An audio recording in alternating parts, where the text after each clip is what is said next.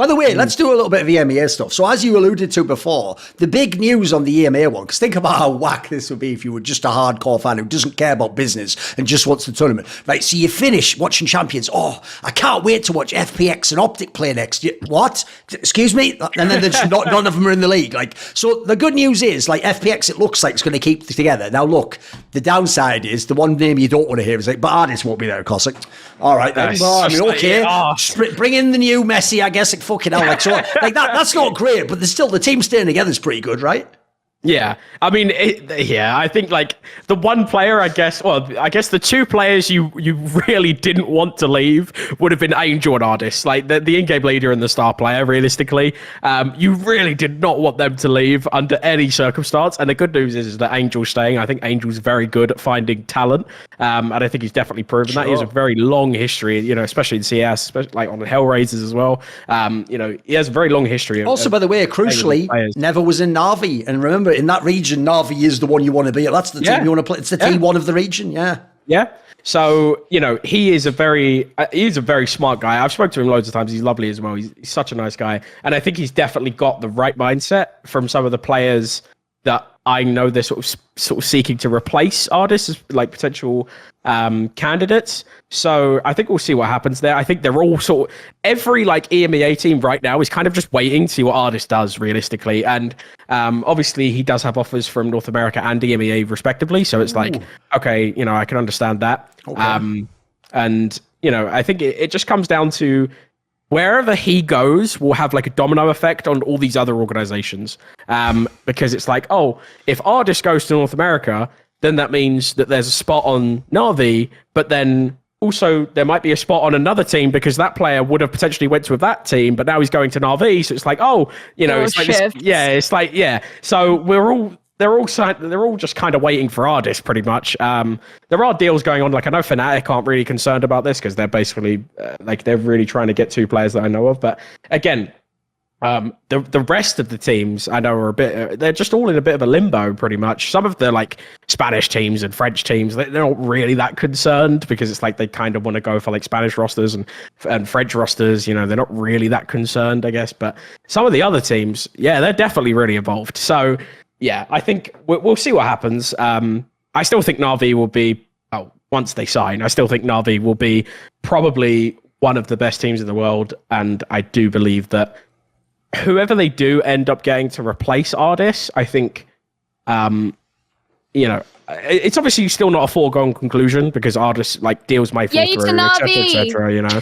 But I mean, that okay, I think is a bit, you know, maybe, but you know, so there isn't, you know, it's not a foregone conclusion that Ardis won't be playing with Navi, but it's looking very likely that he won't be. So I think there are like a lot of players, I guess you could replace him with, but it's like, will the player that they try and get sort of reach the same level as Ardis, right? Because he's proven this internationally now. He's proven that he can be one of the best players in the world. And I think that is the big crux, is playing at Masters and Champions. It's like, can you really do it?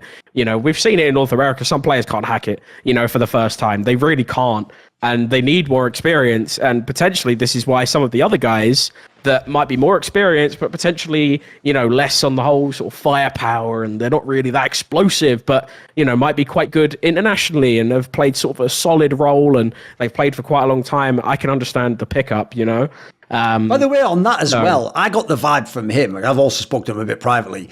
I don't get the vibe at all that he's just on the role of like, you know, give me all the money. I want the biggest offer ever. He is one of those guys for real, just like in FPX, where I believe he will play for less if it's like the best team. He's one of like the guys that he just wants to be the best man. He wants to be in the best team. He doesn't want the $1 million if it's on his shit team. I'll tell you that.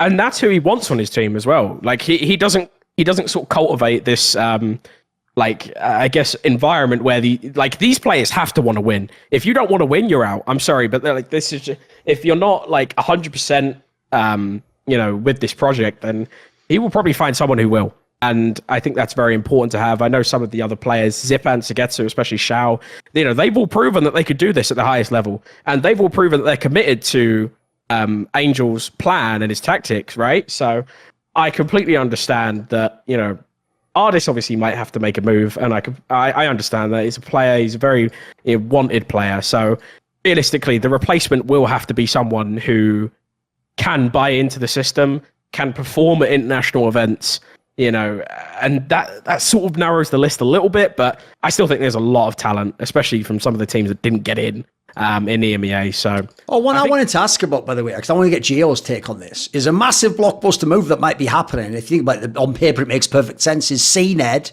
goes to Vitality and reunites with Born Cold. That'd be a pretty big one, cool. Right? Yeah, it would be, at least some like reminiscence of the older Send roster. And that also means that they wouldn't, you know, because obviously with like big roster reshuffles, like you have to be concerned to a certain extent about like synergizing players who haven't played together and stuff like that. So something like that would definitely be a benefit and would be really cool. I think that it will be interesting to see what Vitality's roster ends up as, purely because, like George said, like there are going to be a lot of rosters, I think, or a lot of orgs in EU that will have a preference for a nationality or at least a language. Yes. Sure. And I think Vitality will, I guess, end up being one of these more like international ones. Yeah. And a bit more of like a rainbow squad. Yeah, compared to K-Corp, 100%, Vitality will be like an English-speaking team. By the way, there's even an angle on that people always miss. Because the obvious angle is, it's like the Brazilian angle. It's like, well, we're trying to tap into that huge French base that obviously in the RLs is enormous. Spain, of course. You got all those big people, Ibai and stuff. They get all the viewers. Here's the angle that no one ever brings up, because this also applies in League of Legends. That's also a sneaky game you can play to sign players that aren't as good. Because what you do is you go, he's Spanish, isn't he? So we're supporting the Spanish scene, but you just get like the up-and-coming Spanish player that's cheap, and that wasn't the guy everyone's... You can also do it that way. You can be cynical and go the other way too. It doesn't have to just be superstar. You don't have to have... Like, everyone doesn't have to sign Mixwell if they're Spanish. They can just get a no-name if they want. I would imagine that K-Corp are going to spend quite a decent amount of money, knowing, or at least what I've heard about who they're looking at. Well, it was reported earlier. They're trying to get Scream and Navira. Oh, it was actually reported? Okay, that's what I'm like... Yeah, I mean, I heard it as well, but I mean, I can't confirm it, because it's like, I prefer to wait until the deals actually get to the last stages. Right. But, okay. You know, if there's a potential that Scream and Navira, who, by the way, will only go to a team if they're like as brothers, as a two. It's like a Vic and Crashies. They will only go if they're going as a pair. So if they go to K-Corp and say, look, I could build you a French-speaking roster and it'll be fucking good. I have faith in them. And if I think XMS is rumored to be going with them as well.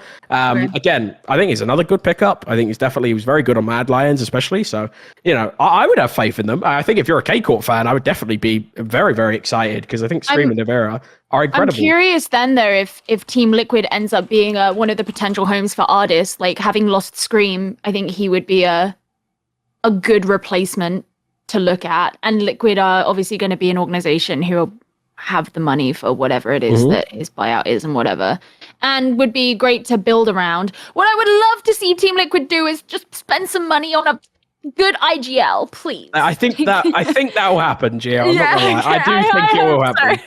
I think, look, realistically, if Liquid don't come out of this off-season period like without an IGL, I'm sorry, but I have lost all faith in that organization, because you know, I think they will, from what I know anyway, I'm pretty sure they will get themselves a solid in-game leader.